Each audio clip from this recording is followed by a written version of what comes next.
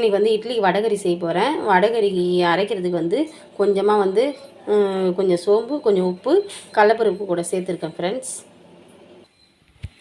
இந்த மாதிரி இட்லி தட்டில் வந்து ஆவி கட்டி எடுத்துக்கணும் ஃப்ரெண்ட்ஸ்.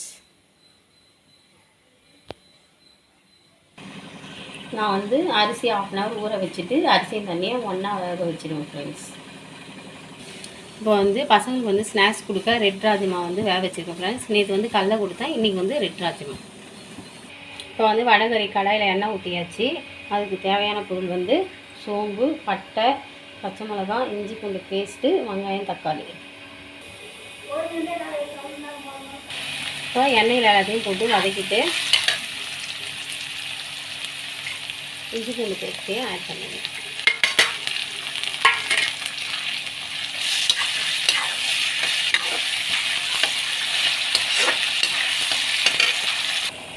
இப்போ வந்து வெங்காயம், தக்காளி, மசாலா ஐட்டம் எல்லாத்தையும் வதக்கிட்டு வடகறிக்கு இப்போ வந்து இதில் கொஞ்சமாக வந்து மட்டன் மசாலா, கொஞ்சமாக மிளகாத்தூள், கொஞ்சமாக வந்து மஞ்சத்தூள் ஆட் பண்ணியிருக்கேன் ஃப்ரெண்ட்ஸ். இதெல்லாம் நல்லா வதங்கிட்ட உடனே தண்ணி ஊற்றி நல்லா கொதிக்க வச்சுட்டு வடகறியை போடணும். அந்த கடலப்பருப்பு வேக வச்சுருக்கிறத நல்லா உதுத்து போட்டுடணும். இப்போ வந்து வடகறிக்கு தண்ணி நல்லா கொதிக்க ஆரம்பிச்சிருச்சு. இப்போ வந்து வடகறியை போட்டுடலாம் ஃப்ரெண்ட்ஸ்.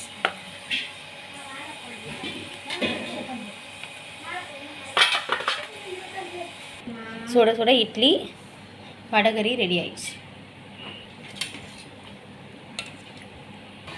பருப்பு ரசம் ரெடி ஆயிடுச்சு ஃப்ரெண்ட்ஸ்.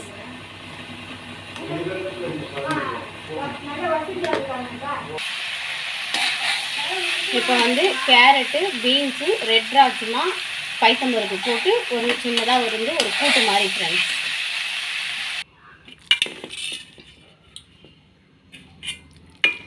கூட்டு ரெடி ஆயிடுச்சு ஃப்ரெண்ட்ஸ். ஓகே பாய், நாளைக்கு பார்க்கலாம்.